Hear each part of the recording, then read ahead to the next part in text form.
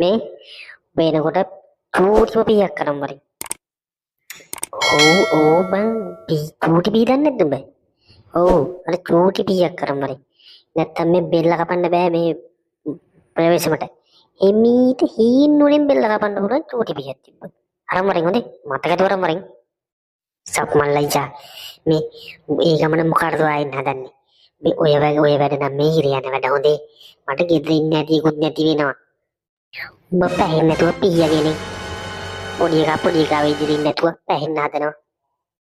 සක්මලා කොහොම කිව්වත් ඔය වගේ වැඩ කරනකොට පෙර සූදානෙම තියෙන්න ඕනේ.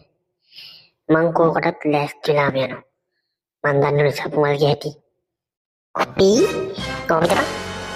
තෝකුයිද මේ යන්නේ රැස්ලා තින්නේ. මොකද මම මේ අමුතුවෙන් මුත් යනගෙන කොපි මටත් කියපන්. ඔබ ගිහිල්ලා මොකක් හරි නගරානි වැඩක් කරගෙන හිරේ විලංගුවේ වැටුනොත් පුතෝන මම නෑ කියලා හිතාගනින්.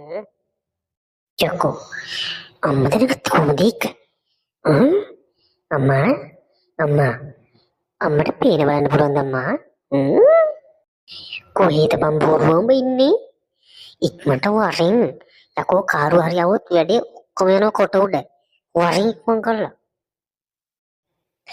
මොකද බං වරක්කුනේ මොන මකුලක්ද කරේ? තව ටිකක් පරක්කු වුණා මම මරන්න දෙයක් වෙන්නේ නැහැ. මු නිකම්ම මැරෙනවා. අනිත් එක මොන බඩගඩිත් වෙනවද දුවෙන් ඇවිල්ලා තියෙන්නේ. උඹට පිස්සුද බං?